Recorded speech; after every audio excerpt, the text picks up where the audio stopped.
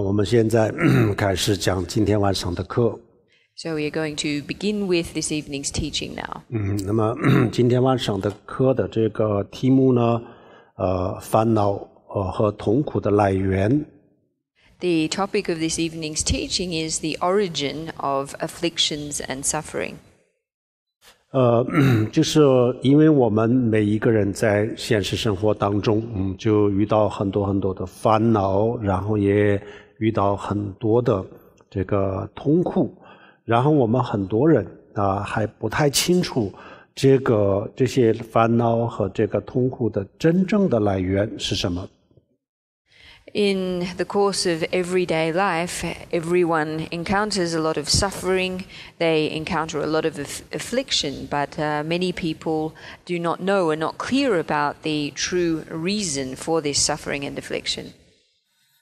我们绝大多数的人就认为这些烦恼、这些痛苦都就是来自于外面就是因为生活工作上的种种的事情导致的烦恼，我们认为这些原因都在外面。Most people think that our suffering and afflictions come from external causes, things in our working lives or in our everyday lives. This is what most people think, the vast majority of people think. 那我们的这些烦恼各种各样的痛苦跟外面的这些东西有没有关系呢？当然就不能说没有任何的关系。Is it the case, however, that our suffering and affliction has no connection with phenomena in the external world? Well, no, of course, we can't say that there's no connection whatsoever. 但是主要的原因，最主要的原因就不是外面的这些事物。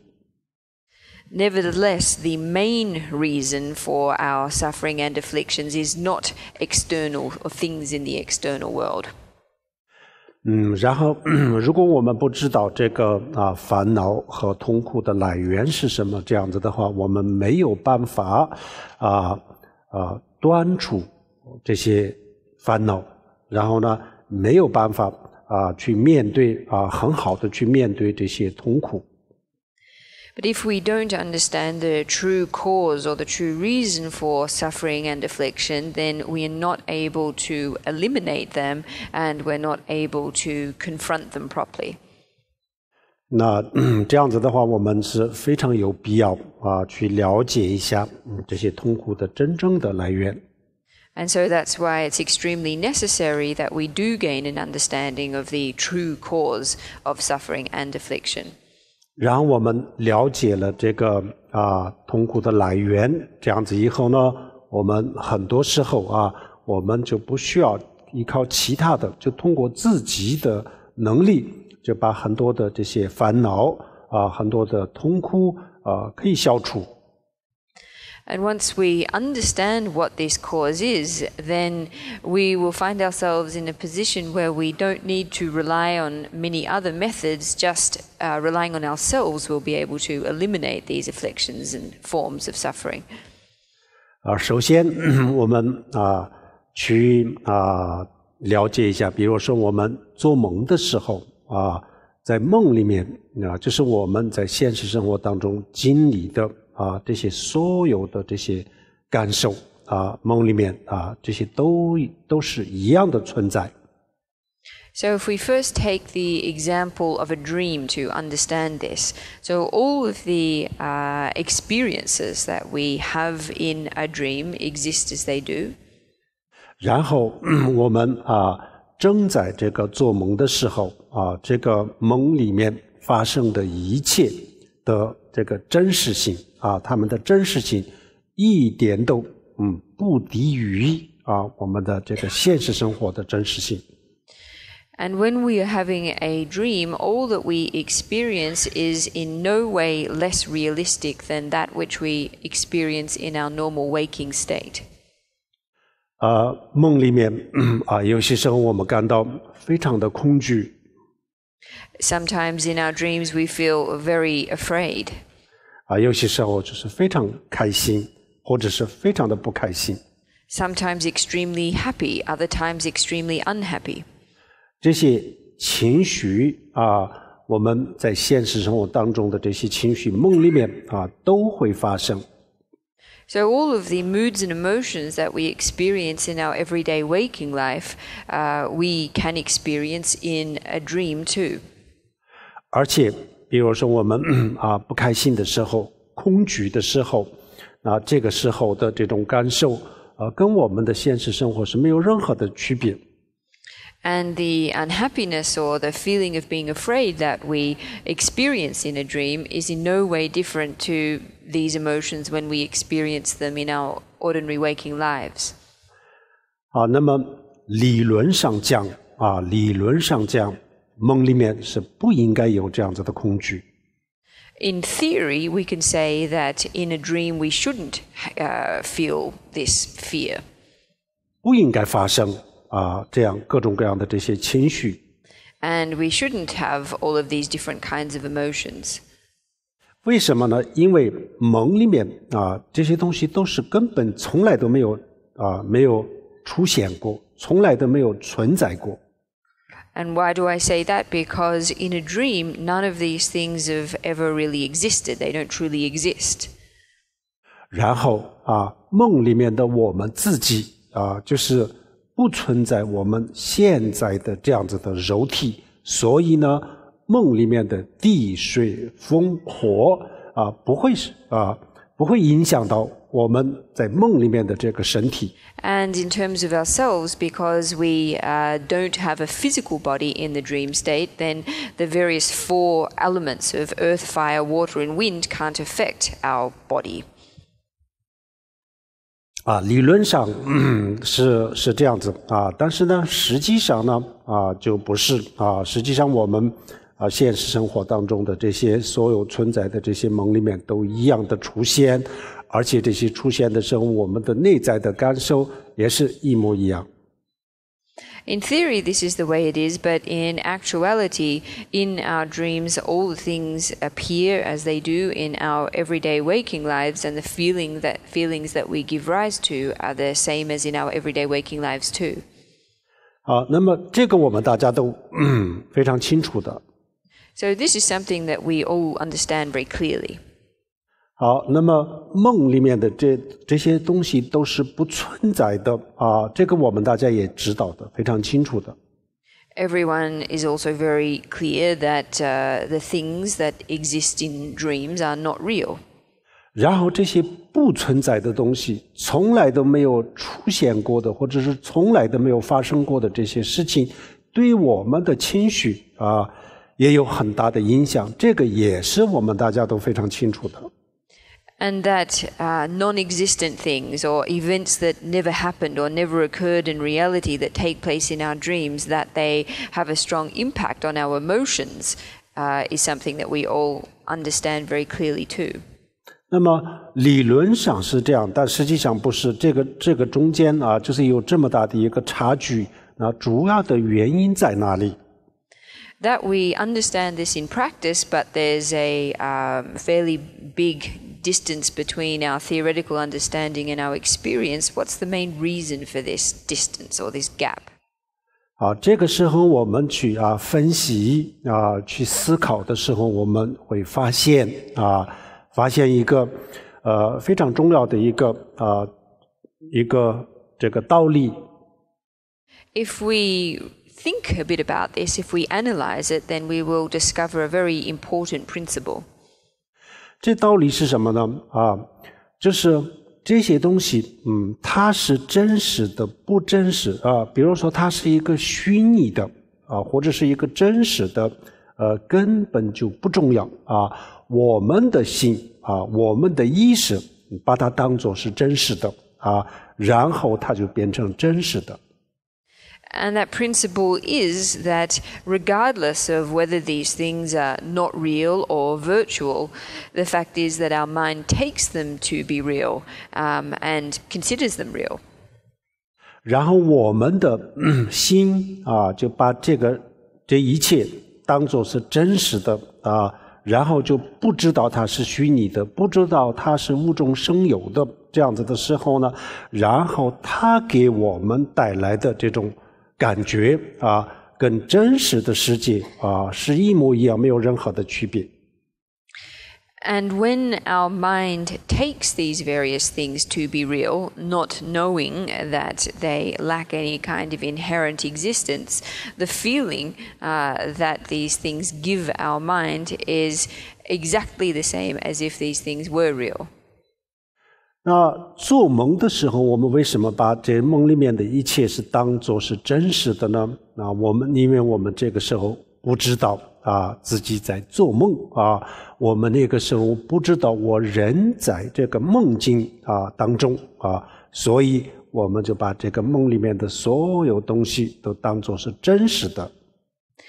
The reason that we take everything that takes place in a dream to be real is that we don't realize we are dreaming. We don't understand that we are presently in the dream state. So for this reason, we take everything that's happening to be real. 我们正在做一个非常非常恐怖的这样子的噩梦的时候，如果我们当下知道了我在做梦这是梦境而不是现实生活，这样子的话，那我们的所有的这些这个恐惧当下就一下子瞬间就会消失。If we were having an extremely scary nightmare, if we were having a scary nightmare and we were to realize in the moment that we were having a dream and that what was taking place was not real life, then all of our feelings of fear would immediately disappear. 好，然后呢，我们再了解，把这些全部了解好了以后，我们再总结一下那么梦里面的这些情绪这些恐惧到底是怎么产生的呢？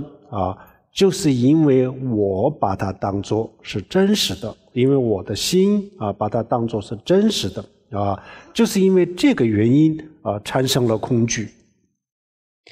So if we summarize what we've said so far, that if we are to say what the reason for the feelings, the feeling of fear that we give rise to in dreams is, we can answer that it is that we take what takes place in a dream to be real, or rather our mind takes dreams to be real.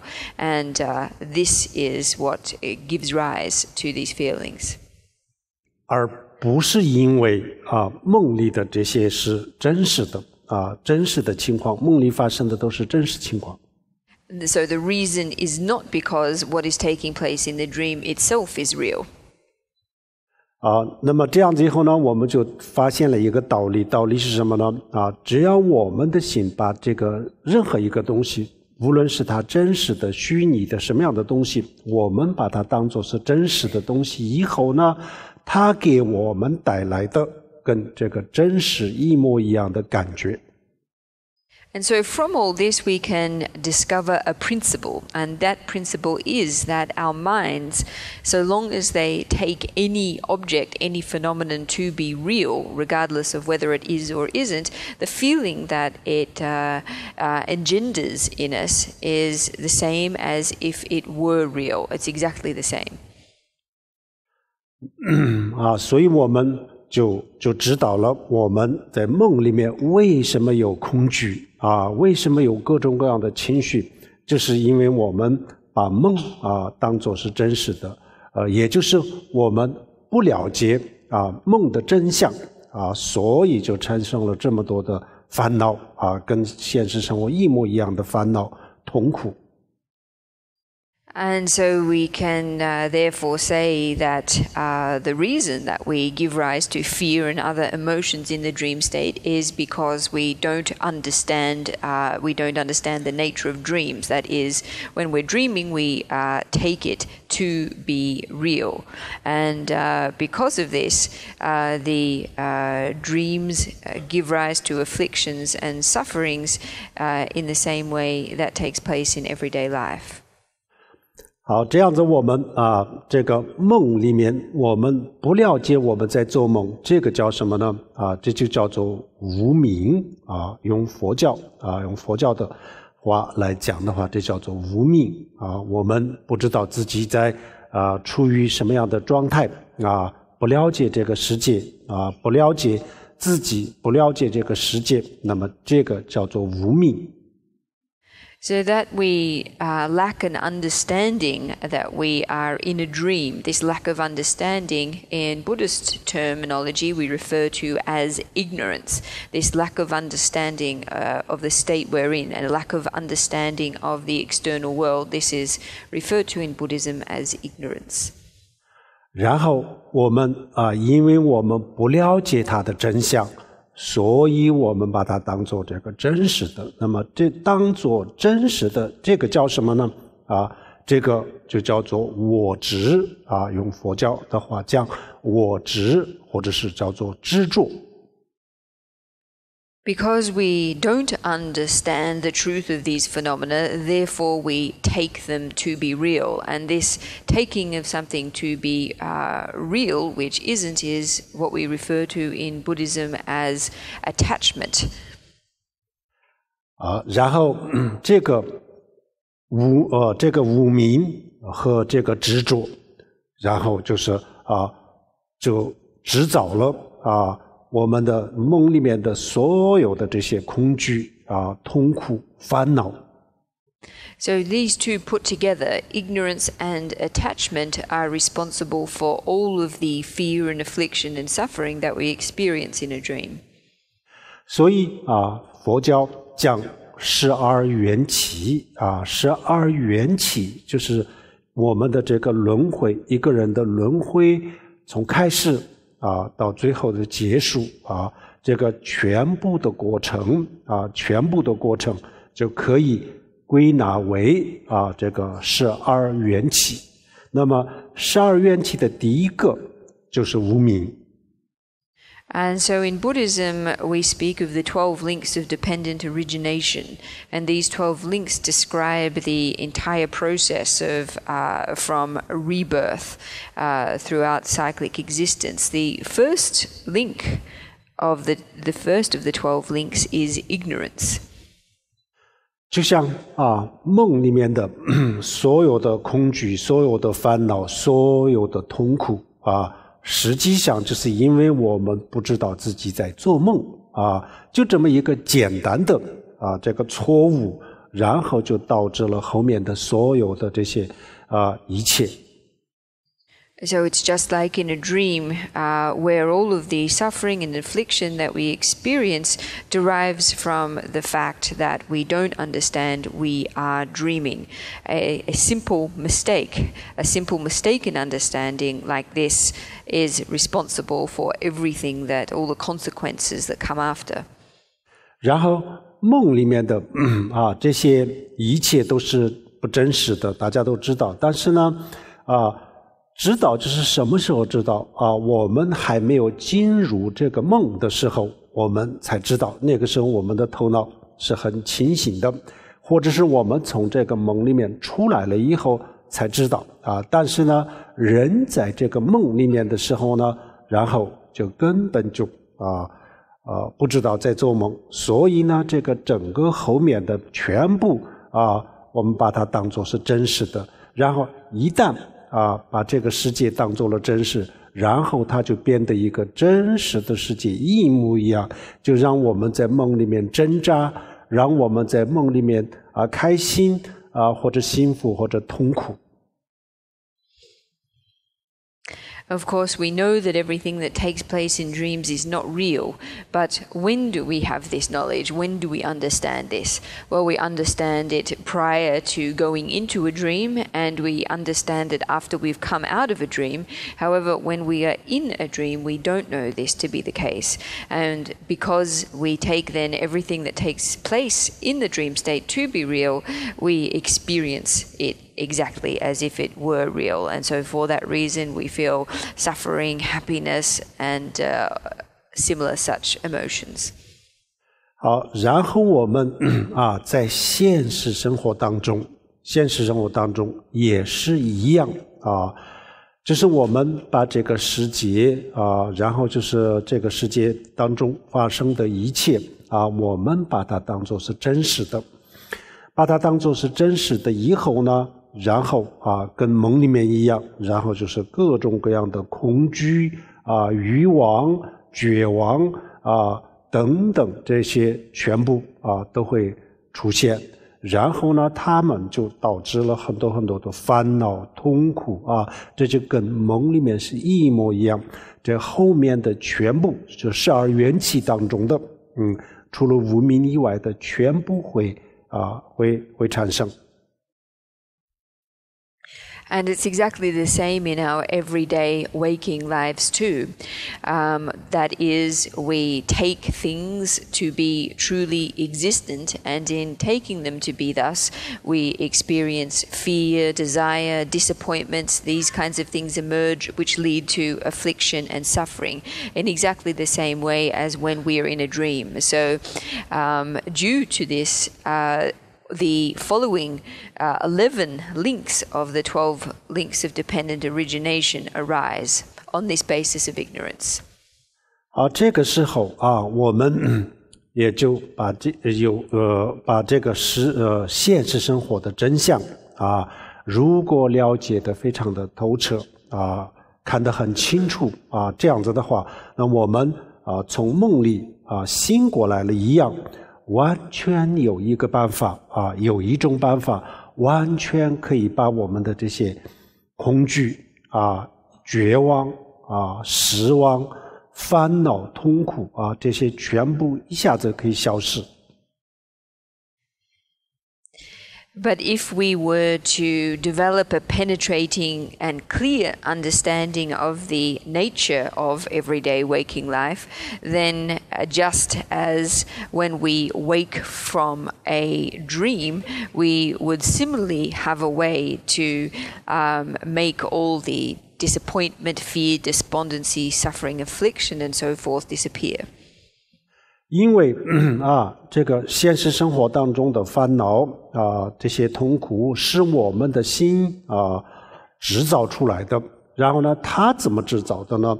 就是它不是故意的因为它也是很迷茫他不了解这个世界的真相，所以他就把这个世界当作真实的然后呢他只是把这个世界当作真实，他也没有别的。然后就一旦把这个世界当作真实的，然后就后面的所有的这些烦恼都出现了痛苦也就出现了。And so all of the affliction and suffering that we experience in our everyday lives is generated by the mind. However, our minds don't generate these things deliberately. That is, they are rather blind themselves. They don't understand the truth of the world. They take the external world, the phenomenal world, to be real, and due to this, affliction and suffering emerge in our minds.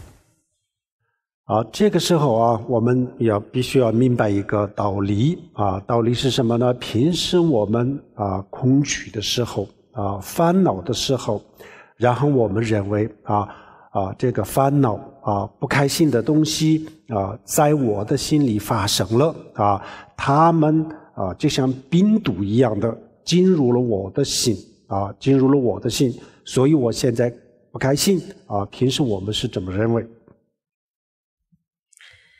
So what we usually understand to be the way things are is that fear, vexation, unhappiness, etc. We usually imagine or envisage these things to be like viruses that enter inside our minds.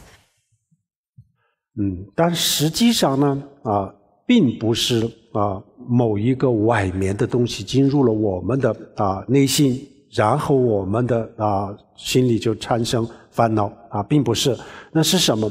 就是因为我们的心就是我们的心去抓住某一个东西不放所以就导致了烦恼。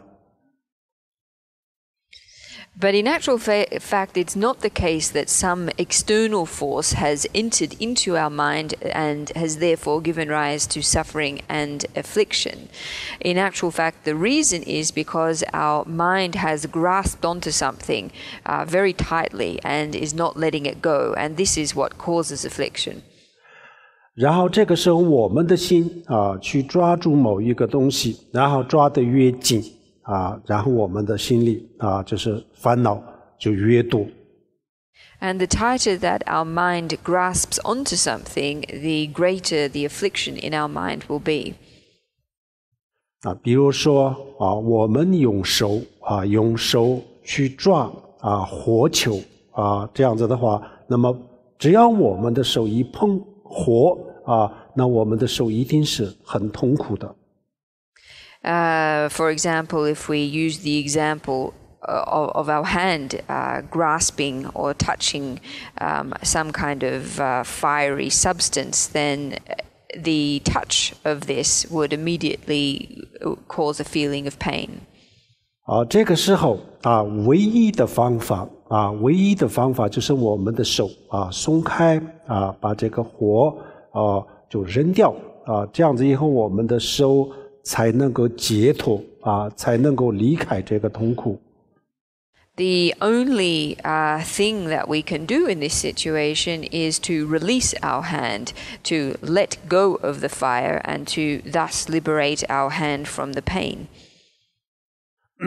用这个比如说那个时候我们的手抓住了这个火那这时候如果我们不懂得放开，那这样子的话手一定会严重受伤，非常的痛苦。If at this moment when our hand grasps the fire, we don't understand that we need to release our hand, let it go, then our hand will necessarily sustain injury. 这个时候的唯一的方法呢，就是我们手放开把这个火扔掉。那么这个叫什么呢？在佛教里面这叫做放下平时我们大家都听到了无数次放下。什么放下呢？这个并不是说我们离开这个世界离开家庭，离开工作离开生活人就到某一个地方去，比如说出家了，或者是回避了，逃避了，那么这些都不叫放下。In this situation, the only thing for us to do is to release this fire, to let it go. So when this kind of releasing, this is what we refer to in Buddhism as letting go. Letting go, this is a phrase that everyone has heard countless times. Well, what do we mean by letting go? It doesn't refer to leaving the world, leaving one's family, leaving one's work and everyday lives, or taking up a monastic existence and avoiding worldly life. 放下就是用智慧来放下，而不是逃避就是用智慧就放下，才能够是佛教讲的放下。Letting go needs to be done with wisdom. Letting go is not a form of avoidance. So when it is letting go with wisdom, then this is letting go in the Buddhist understanding of the term. 好，这个以上呢，我们讲了什么呢？我们就是说我们的烦恼然后就是我们所有的这个痛苦是我们的它的来源是我们的内心那我们的心它为什么是痛苦和这个烦恼的来源呢？这个并不是说痛苦和烦恼进入我们的心并不是这样子，而是我们的心去抓住就是让我们感觉到痛苦，让我们感觉到烦恼的这些东西然后他又不愿意放最后就是我们的这个出现了像12元气这样子。So what we have just covered now is the origin of affliction and suffering. What we have said is that the origin of these things is our mind. And so it is not a case of suffering externally from an external place entering into our mind, but rather suffering and affliction arise due to our mind grasping onto objects that make us feel affliction and suffering. And this is also then our minds cling to these objects and are unwilling to let them go, and then from this result the 11 links of dependent origination that are founded on ignorance. 好，那么我们刚才讲了啊，这放下需要用智慧来放下啊，而不是我们人就是逃避啊，这个没有办法逃避。生老病死等这些痛苦还有就是我们的各种各样的烦恼这个是我们没有办法逃避的，他们就是我们比如说一个人的身体的影子一样，我们走到哪里只要有阳光我们身体的这个黑影立即就会出现的，所以我们人走到哪里烦恼就在哪里我们人走到哪里痛苦就在哪里，所以用这样子的逃避的方法是没有办法逃避，只有用智慧来放下。And as we mentioned, letting go is something that needs to be done with wisdom. It's not a case of just simply avoiding something. In fact, the suffering of birth, aging, illness and death, these are sufferings that we can't avoid. They're like our shadow. Our shadow follows us everywhere. So long as there is sunshine, it will always appear. And it's exactly the same with suffering too. Wherever we are, suffering will be there. So avoidance is not a viable approach. It's necessary that we approach this letting go with wisdom. 这个智慧我们要记住这个智慧就有两种智慧一个是什么？用我们的心去抓住一个东西的时候，如果这个时候我们发现了我们抓住的这东西所去抓的这东西所抓住的东西是虚幻的像梦一样的东西我抓住的东西不是一个真实东西的话，那么这个时候也是智慧，这也是一种智慧，能够放下那这是第一个。So in terms of wisdom, there are two kinds of wisdom. The first kind relates to a situation where our minds grasp onto an object that isn't real. So in letting go of grasping to such an object, this is one form of wisdom. 被抓住的是什么？就是外面的这个世界。如果我们用我们的心去抓住外面的世界，那么外面的世界是被抓住的。如果我们通过佛教的这个智慧知道了外面的这些都是如幻如梦这样子的话，我们也就不会去抓住所以这个烦恼也就会当下就可以消失。If our minds grasp onto external phenomenon, if the external phenomenon are the object that is being grasped, well, if we can use Buddhist wisdom to understand that these external phenomenon are illusory, just like a dream, then we won't grasp onto these objects. We'll immediately be able to let go. 然后第二除了这个被抓的外面的东西以外，就是我们的心然后如果我们发现它自身也是虚拟的虚假的这样子的话，那我们就发现没有一个真实的东西去抓什么东西这样子以后呢，当下也就可以很多的烦恼很多的这个执着就可以消失。And then in terms of the second form of wisdom, in this case, this is the mind, not the mind grasping external objects, but the mind grasping objects of the mind. If we can discover this to be real, to be illusory, then we will no longer grasp it, and our afflictions will disappear too.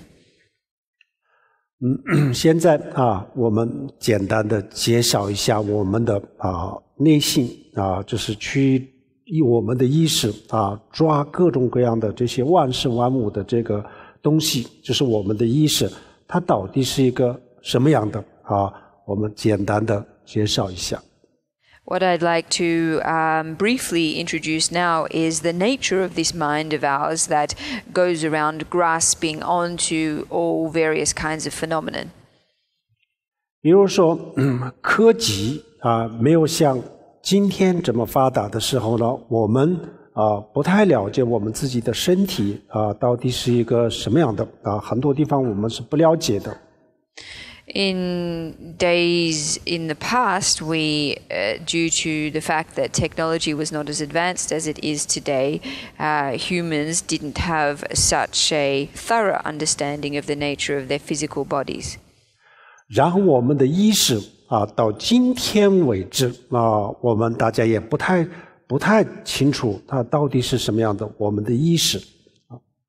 And until today, humans do not have a good understanding of the nature of their minds or consciousnesses. 然后我们尤其是不了解它的深层次的这个状态是什么样子。What we especially lack knowledge of is the nature of the deeper layers of the mind. 首先我们简单介绍一下，然后呢我们再介绍一下这个我们去观察的一个方法观测自己的心到底是一个什么样的，这叫做观心佛教里面就简单介绍一下这种方法。So what I'd like to firstly do is give a simple introduction or explanation of the mind, and then introduce a method that we can use to observe the mind. 首先我们的意识我们的心，它可以分很多很多不同的层次。First of all, the mind is something that can be divided into many different layers. 它的非常的这个深的这些层面呢，我们平时都是接触不到的。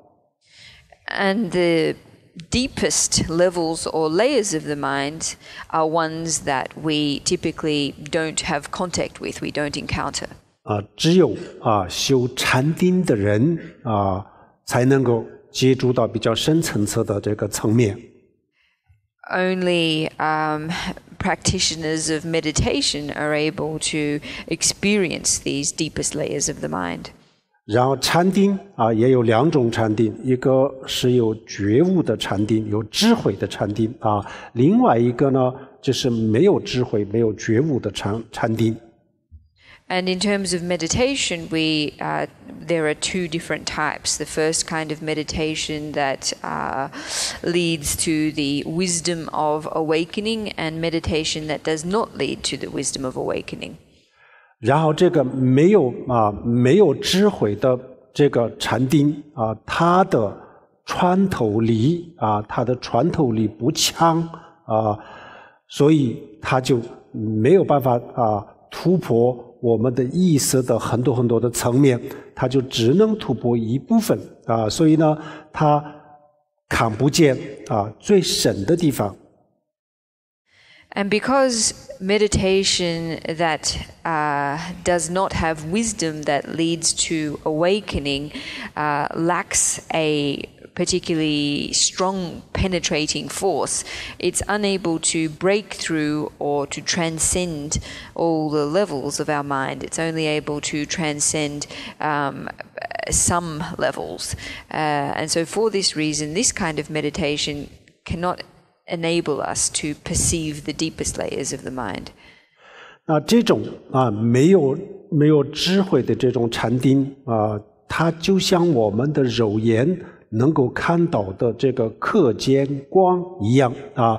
可见光的话，它的穿透力不强，所以呢，它只能看到我们身体的这个外面啊，就只能看到这个皮肤里面的比如说骨头这些，它都是看不见，因为它的穿透力不强。同样的，我们的这种没有觉悟的这种禅定的话，它就只能突破我们的意识的上面的比较表面的几个层面，但是呢，它的最低的这个层面，它是没有办法穿透，所以它也看不到。So meditation that does not lead to the wisdom of awakening is like the visible light spectrum. So visible light only lacks sufficient penetrating force for us to see beneath our skin. We can only perceive our skin. We can't see anything beneath it. We can't see our bones or anything else. So in just the same way, meditation that doesn't lead to the wisdom of awakening only enables us to penetrate the surface layers of the mind. 这个禅定在佛教里面叫做四禅八定四禅八定一共是有8个不同的禅定。那么这个8个不同的禅定的总称它的总称就叫做极致极致，这是心非常非常的平静但是这是平静而已这个平静当中就没有智慧了，只是心非常的平静而已。那么这种禅定呢它看不见我们的心的最深的地方。So this style or category of meditation that does not lead to the wisdom of awakening is what we refer to as meditation on the 8 jhanas. So the jhanas are different meditative states. As a whole, we refer to them as shamatha meditation, which is a meditation on calm abiding. Through practicing this meditation, one can bring the mind into an extremely calm, still state, but this is not a state of wisdom. So for this reason, while practicing calm abiding meditation, it is not possible to perceive the very deepest layers of the mind. 然后另外一个禅定它的穿透力是非常非常强大的它就像X 光一样，这个 X 光呢因为它的穿透力很强，所以它可以穿透我们的皮肤肌肉的这个层面，所以我们直接就可以看得到人的这个皮肤肌肉下面的这个骨头因为它的穿透力很强同样的这个我们的这个带有智慧的这个禅定它的穿透力很强，它就可以穿越所有的这些意识的这个层面，然后就直接能够看到我们的意识的最低最深的这个层面。But this other style of meditation, that is meditation that leads to the wisdom of awakening, this has a much stronger penetrating force. It's like an X-ray that's able to penetrate our skin and muscle and directly perceive the bone beneath all of these. So this meditation that leads to the wisdom of awakening, it's able to transcend all the upper layers of our consciousness to experience the deepest layer or level of our mind. 那么这个像 X 光一样的这种智慧这种智慧那是来自于什么呢它本身是我们的这个心理，它本身是存在的但是呢比如说水，比如说一瓶水这水就变成了这个浑浊的水这样子的时候呢，实际上这个水的分子每一个水的分子它是非常的清澈的但是呢，因为这个水分子当中呢，又进入了很多很多的其他的泥土然后呢就看不见这个水，透明的这个水。同样的，我们现在我们的这个意识当中就已经有这样子的这个智慧了，它本身是存在的但是呢，因为有太多的其他的这个杂念就把它遮盖了，以后呢，我们平时都不容易发现它的存在。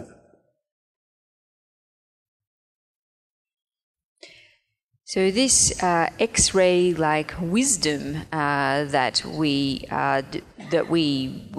develop, where is it from? Well, in actual fact, it's already part of the mind. This wisdom already exists. We can say that it's like clear water that becomes turbid, murky water. When this takes place, the water molecules still remain as pure as they always were. However, due to the entrance into the water of other external particles, dirt, sediment, and so forth, it becomes impossible to see the water as it originally was in its clear, pure state. So it's the same too with our minds. The wisdom already exists in our minds. However, due to an abundance of discursive thoughts, this wisdom is obscured. And so for this reason, we typically don't easily perceive it. 比如说一桶浑浊的水这个浑浊的水当中，如果我们要把这个干净的这个水分子跟这个泥土要分开，那这样子的话，就最好的方法是什么呢？就是就把一桶水不要去动不动那么让它自己逐渐的变成了这个透明的清澈的水那么这个时候呢，我们就看见了这个水里面这个水里面的泥土的层面泥土和这个水分子分得很清楚了，这个时候我们可以得到这个最干净的水。Let's just say that we had a bucket full of turbid water. So the best way to go about separating the clear water from the dirt and sediment would be just to let it sit, not to do anything to it, and to let the sediment settle in order to reveal the clear water. If we did this, then we would be able to perceive very clearly the clear water and the sediment layer. 道理是完全是一样这个真的是对作为一个修行人来说是非常非常重要的那我们也就是通过这个水把它变成干净的这个过程一样，我们也就是修禅定通过禅定逐渐的把这些我们的这些杂念沉淀然后呢我们就会看会找到我们的心里它本身存在的这个透明的部分，也就是我们的这个智慧这个时候我们把智慧和这个杂念头分开完全可以分开。那这个时候我们找到了这个智慧的时候呢，用这个智慧再去看这个世界或者是我们的内心本身。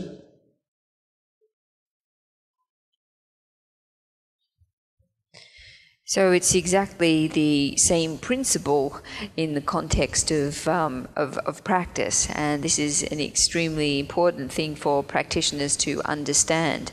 So what we do is we use meditation, we use meditative concentration to still or to settle discursive thought activity. And when we do this, the clear or the luminous part of our mind, that is our wisdom, emerges. So by doing this, it's entirely possible for us to separate our discursive thoughts from our wisdom, and then we can use this wisdom to observe our mind or the external world. 让我们每一个人通过这个打坐禅修的方法，从自己的内心当中就往自己的内心当中去找这个智慧，找这个智慧一定能够找到的我们一定会能够找到，因为它本身是存在的。所以我们平时呢，虽然它存在但是我们没有认出来不知道是个什么样。那么现在我们通过这个禅修的方法那么这样子的话，一定会这个能够找到这个智慧能够找到这个智慧，就是一桶水浑浊的时候看起来就看不见这个，就是这里面有干净的水但是呢泥土沉淀了以后呢，我们自然就发现原来水分子它永远都是清澈的。那同样的，我们现在往里面看，根本就感觉不到有什么智慧的存在我们的内心当中都是这些很多很多，大部分都是负面的情绪根本就看不到但是呢，通过这种方法通过这种禅定的方法，然后我们也就一定能够找到这个智慧，总有一天我们一定会能够找到这个智慧。If all of us use this method of meditation to search in our inner minds, we will all be able to discover this wisdom. All of us will necessarily be able to locate it because it truly exists. However, usually we don't discover it, we can't locate it. And so what we need to do then is using meditation, by means of meditation, to locate this wisdom. It's just like turbid water. When it's in a turbid state, we can't discern clearly the clear water. However, when we let the dirt and sediment settle to the bottom, then the clear, limpid water is apparent. So at present, when we look at our minds, we can't discover any wisdom whatsoever. In fact, our minds seem full of negative thoughts and emotions. However, through meditation, through the practice of meditation, we will all be able to locate that wisdom. One day we will surely do so. 让我们找到了这个找到了这个智慧的时候，用这个智慧来看我们自己的心。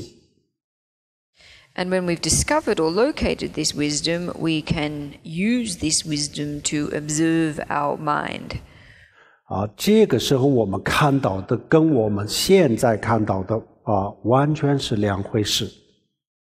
And what we will perceive at this time will be extremely different from what we perceive currently. 就像用可见光去看，或者是用这个 X 光去看同样一个物质的结论一样。 It's in fact the same as the different conclusions or that we would gain from looking at the same object with ordinary light and using X-ray light. 或者是用肉眼看物体和用显微镜看物体肉眼和显微镜同样看同样一个物体得到的不同的结论一样。 We could say it's like looking at a particular material object using one's naked eye versus looking at it, examining it using an X-ray. The same object would produce different conclusions depending on what we were looking at it with. 用肉眼看我们根本没办法看到这些物质的内部的结构。 If we were to use our naked eye to look at a particular object, we wouldn't be able to discern the inner structures of it. 根本就没有办法知道这个物质的它的本身的本质。 It would be impossible for us to discover the essence of a particular material object. 然后用课间光看我们的这个肉体，根本就没有办法知道它的内部的结构。Just like when we use ordinary light, ordinary visible light to observe our own bodies, we cannot discern their inner structures. 同样的我们刚才讲的这种气质气质的参修，用这个气质的参修来看我们的心的本性，根本就没有办法知道它的真正的这个真相是什么样子。And it's just like this that when we use or when we practice shamatha meditation, calm abiding meditation, it's not possible by means of this meditation to discover the truth or the true nature of our minds. 然后科学家就是用 X 光和显微镜看，他知道就能够看到这些很多我们眼睛看不到的东西发现了这个道理。同样的佛就发现了用我们现在的这种念头，各种各样的念头还有就是没有念头的这个禅修，寂止的禅修，用这两个东西去看我们的自己的我们的内心，是根本没有办法看到它的本质。这个佛就发明了发现了这个道理。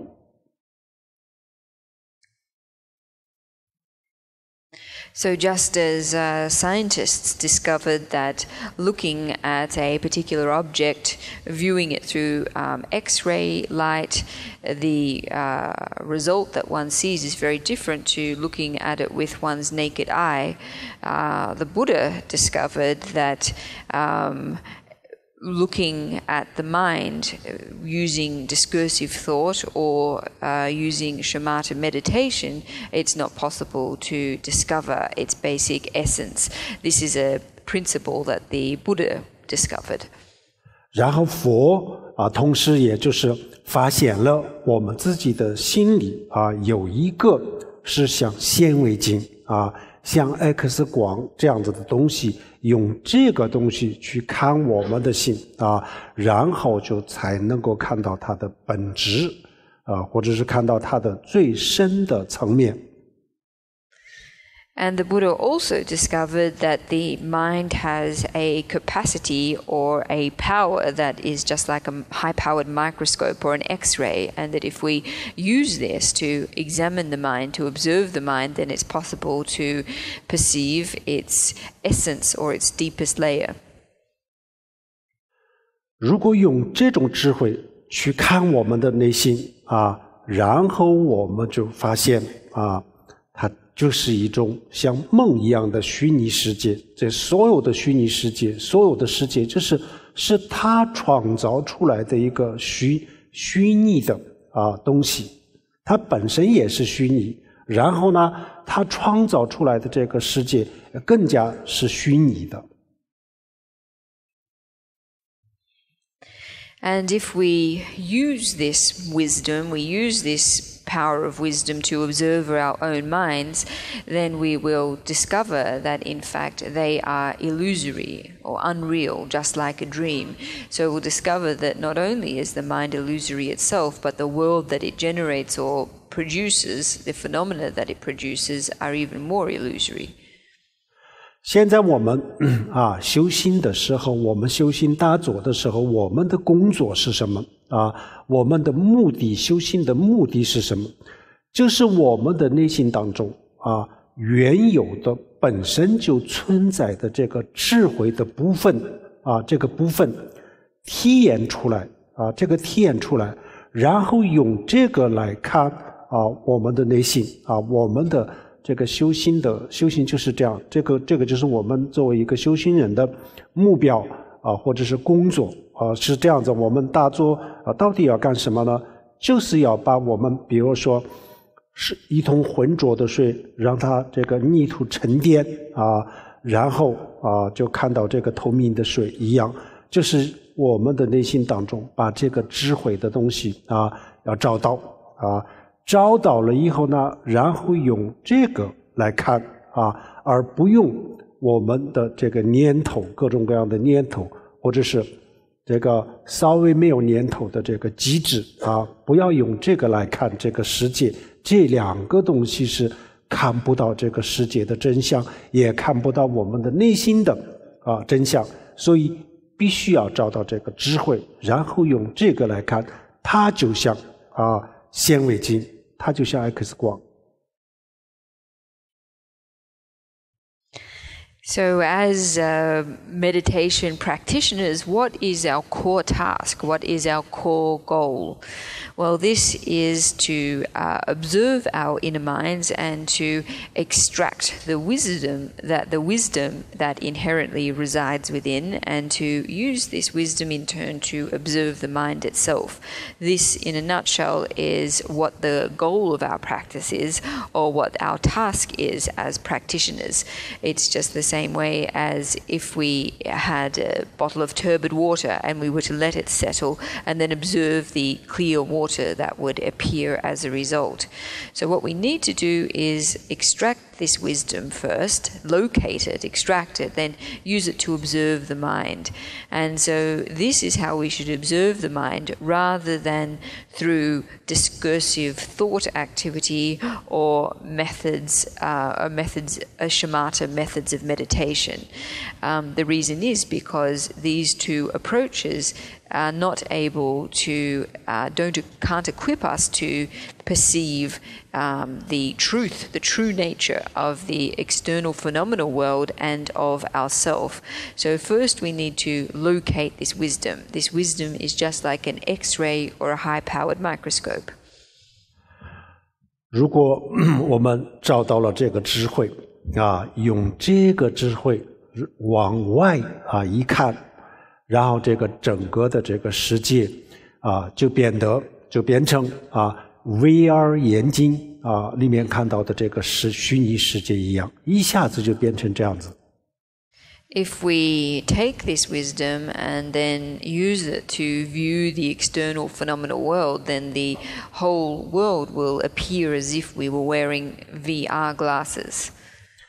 然后这个智慧往内心往里观察的时候呢，然后我们的所有的这些情绪所有的念头都一下子就变成了像彩虹一样什么是像彩虹一样？彩虹我们从远处看就是有一个这样子的东西存在，但是呢近处去看没有一个这样子真实的东西就是这样子，所以我们往外看往里看，就是得到一个跟之前是完全不一样的结果。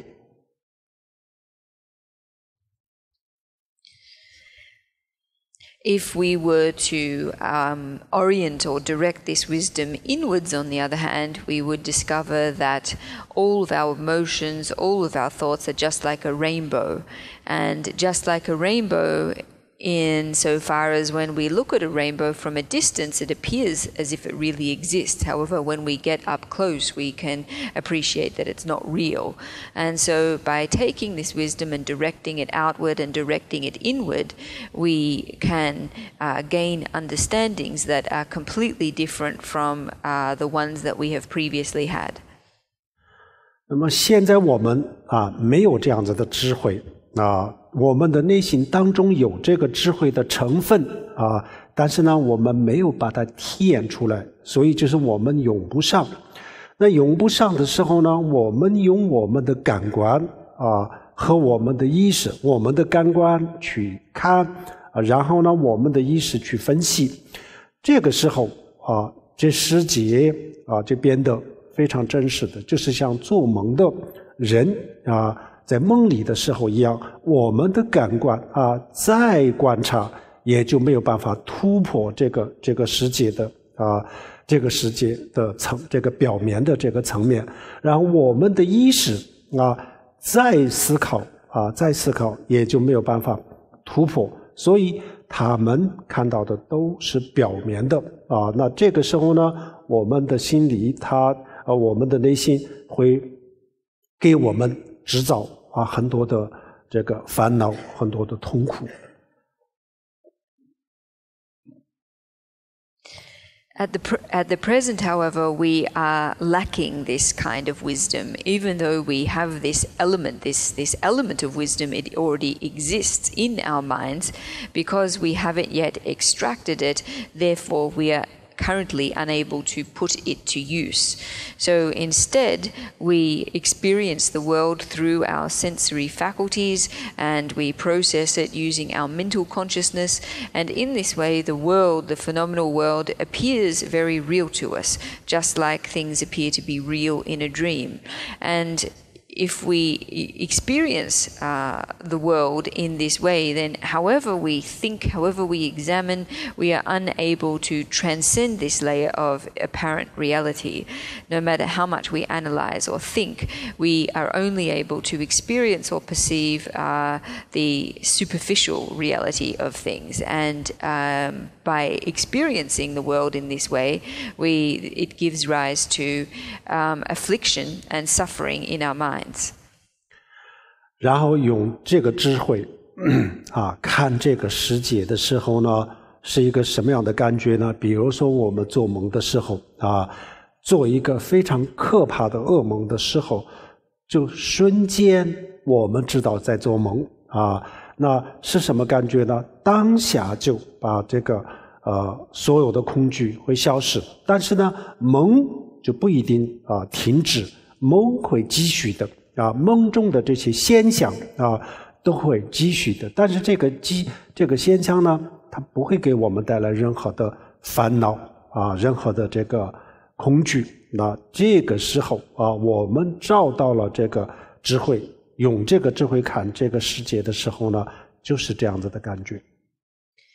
But once we locate this wisdom and we use it to perceive the world, then it is just like being aware when we're having a nightmare that we are having a nightmare. In an instant, we lose all our fear. Even though we lose our fear, the dream might still continue. That is, the phenomenon of the dream might still continue. The difference is, though, that it no longer produces affliction or fear. So when we locate this wisdom in our mind, the way that we approach the world, we perceive or experience the world will be very different. 那么这个叫什么呢？这叫做在佛教里面这叫做开悟。So in Buddhist language, we describe this realization as realization of the ultimate nature of mind. Sometimes we refer to it as enlightenment. 开悟是什么？开悟就是我们找到了我们内心当中本来就存在的这个智慧的部分智慧的部分这叫做开悟。So when we talk about realization or awakening, what we are really meaning here is locating or discovering this wisdom element in our mind. 也就是我们就找到了一个显微镜一样。如果我们找到一个显微镜，用这个看这个物体那我们就看得非常的清楚看到它的真相。So it's just like discovering a high-powered microscope. If we were to discover one, then we would be able to view objects with great clarity. We would be able to perceive their truth. 就像现在的医学它就有这个X 光因为有了这个 X 光以后呢，它可以看到人体的很多内部的这个结构一样，我们就找到了这个智慧的时候然后呢，我们可以看到我们的内心的真实情况。So it's just like in modern medicine, X-ray technology enables people to see all kinds of inner structures of the human body, and it's the same with this wisdom. Using this wisdom, we are enabled to perceive our inner truth. 所以这个智慧真的是非常非常的重要而且非常的实在这个是一个非常真实的非常真实的东西，存在的东西只不过我们现在目前还没有发现而已。And so this wisdom is extremely important. It's also very real. It's also very existent. It's only that up until now we haven't yet discovered it. 好，我们最后简单的说一下我们怎么样去找这个智慧的方法。And so I'd lastly like to talk briefly about how we can go about locating or discovering this wisdom.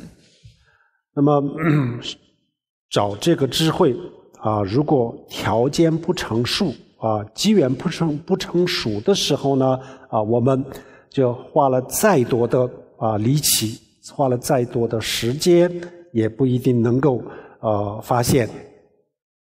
In terms of discovering this wisdom, if the surrounding conditions are not yet mature, then regardless the amount of energy and time that we invest in this project, we won't discover it. 然后条件成熟的话呢就有可能就非常容易的方法，这一个很简单的方法也能够找到这个智慧。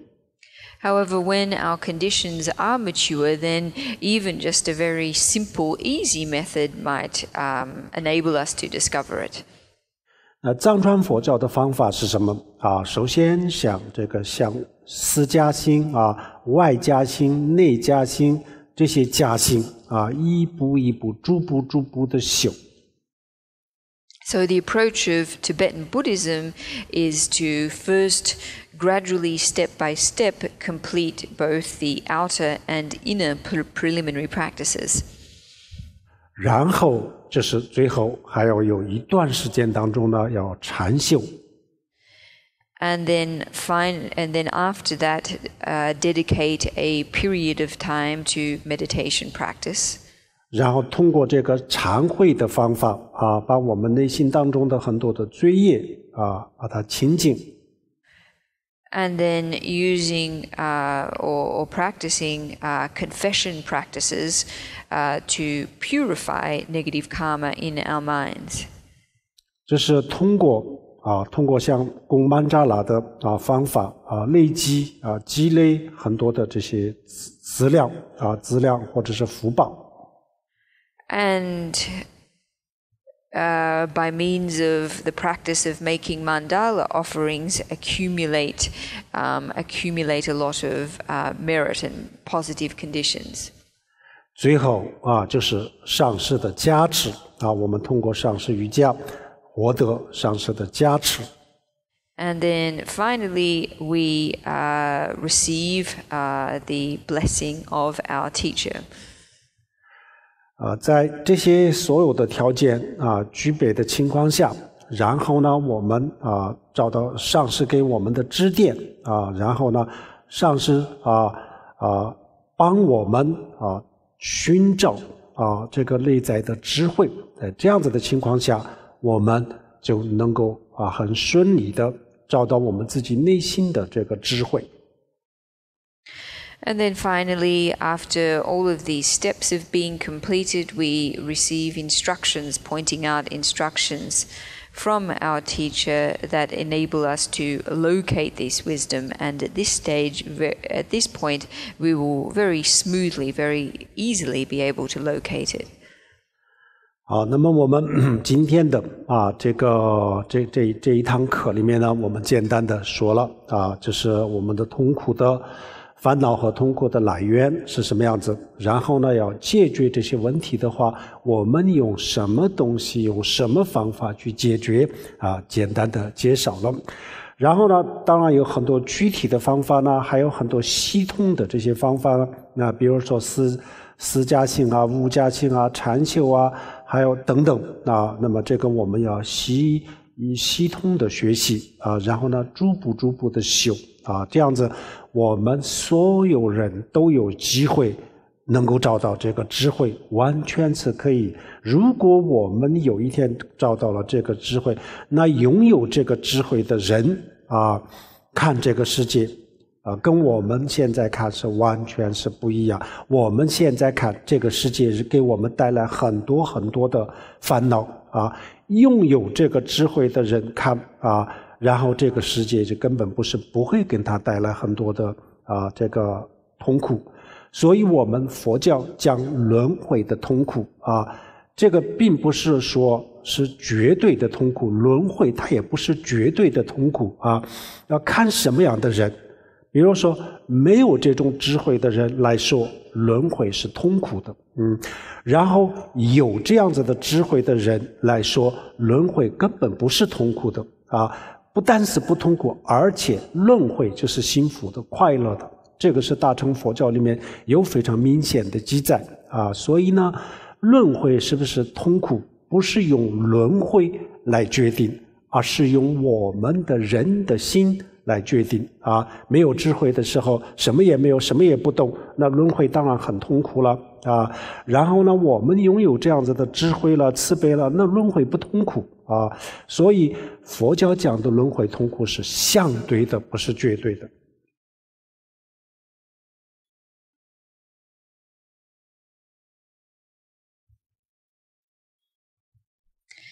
So just briefly, in the teaching this evening, we've looked at what affliction and suffering are, and we've also looked briefly at the methods that, or the method that we can use to resolve this affliction and suffering.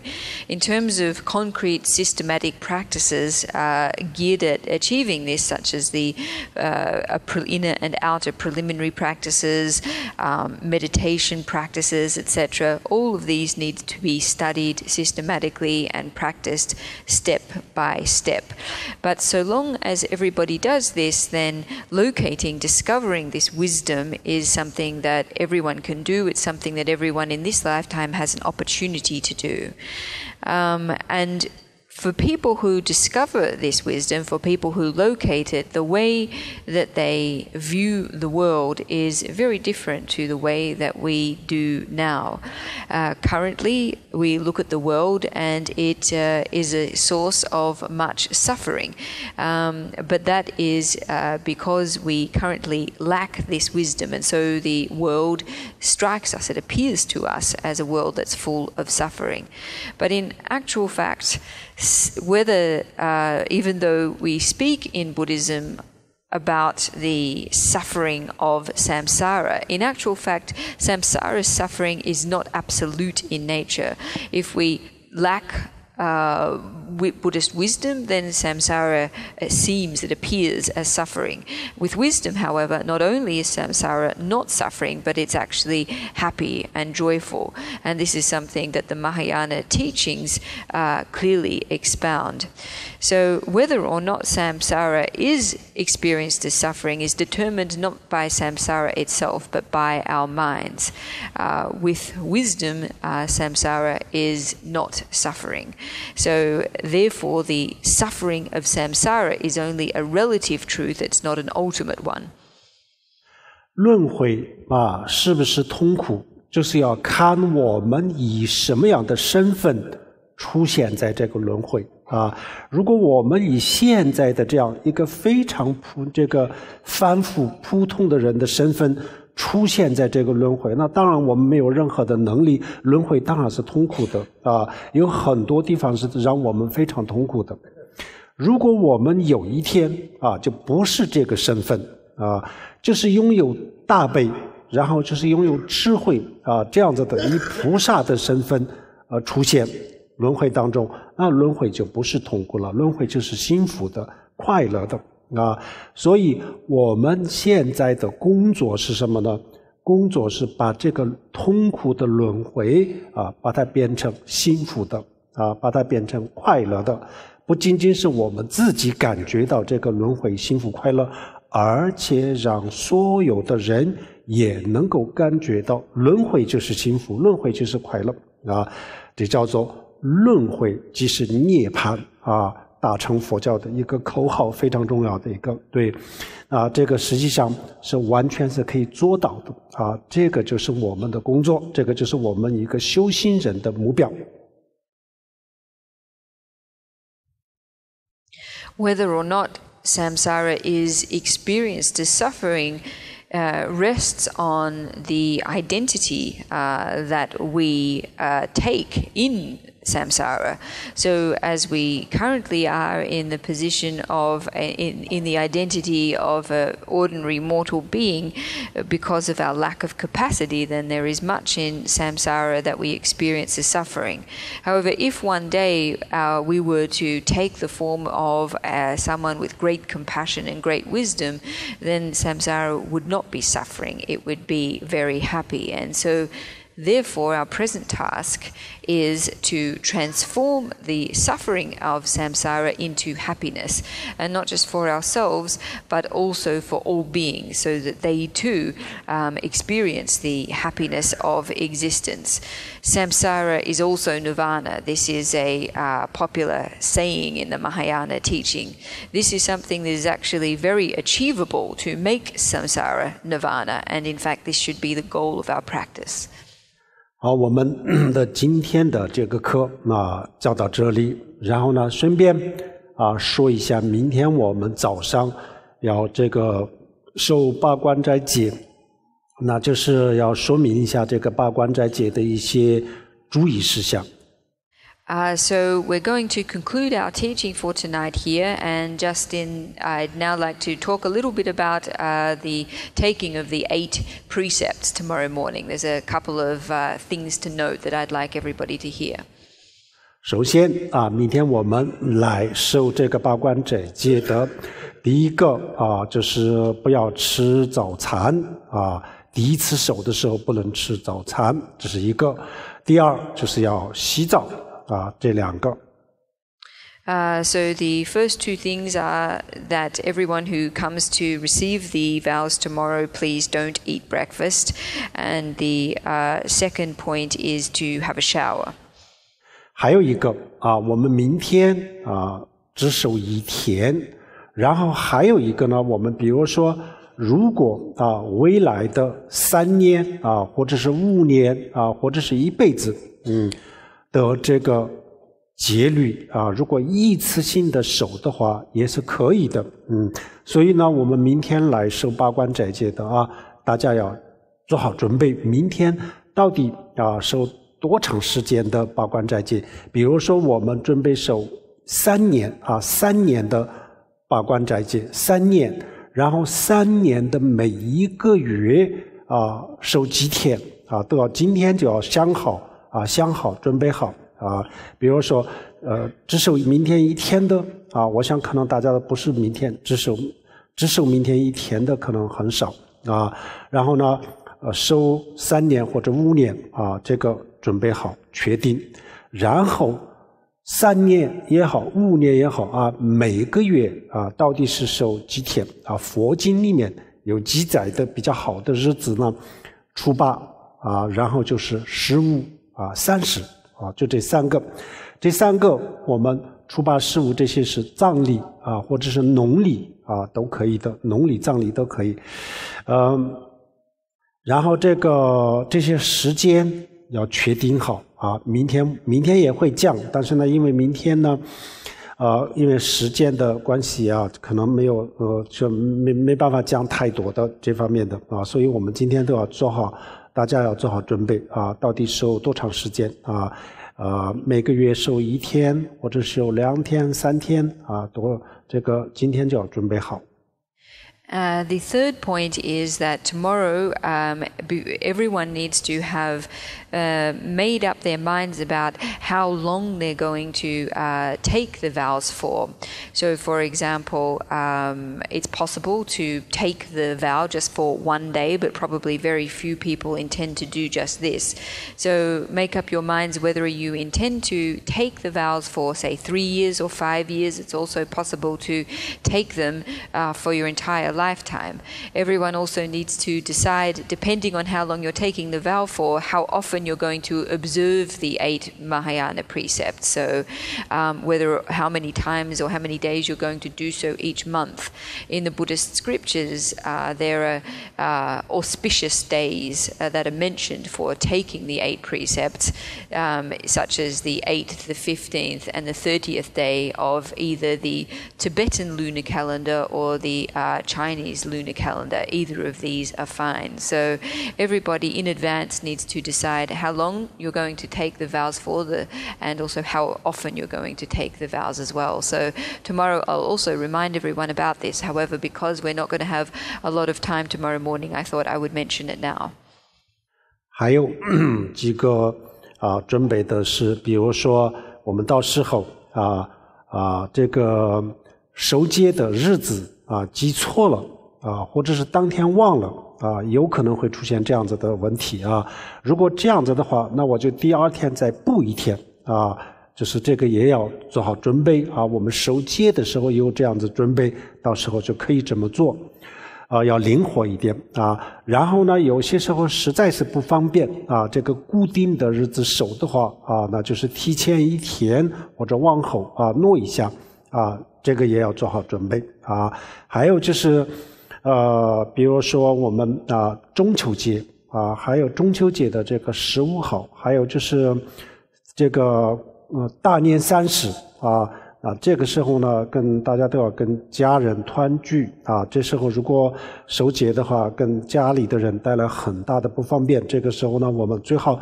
不要守节那但是如果是要这个每个月的这个30都我们要发心守的话，那个时候怎么办？那就提前守提前一天就可以了这一类的都做好准备大家都心里做好准备这样子灵活一点的话，到时候就方便一些就主要是这些，大家今天就准备好，其他的呢我们明天就是5点半的时候就开始，也有一点时间有些事情明天可以说。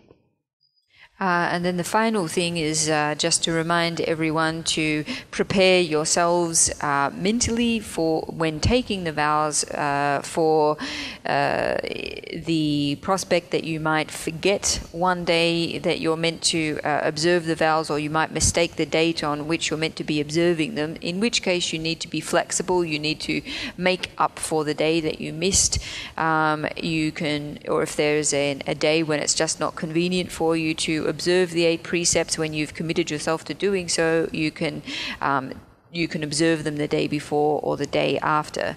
So on festivals like the Moon Festival or the Chinese New Year on the 15th and 30th of these months, it's rather inconvenient to observe the 8 precepts on these days. It's especially for one's family members. So in cases like this, you can observe the precepts the day before or the day after. So everyone needs to be ready to be flexible with their observation of the precepts.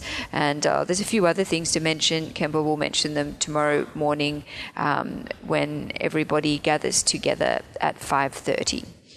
然后还有一个呢，我们这个守八关斋节是临时安排的大概就是1个星期前安排的，所以呢我们没有这个守节的这方面的英文的资料没有这个衣柜没有来得及翻译，也没有找到这样子的资料，所以明天就没有翻译没有人翻译，这个大家要记住。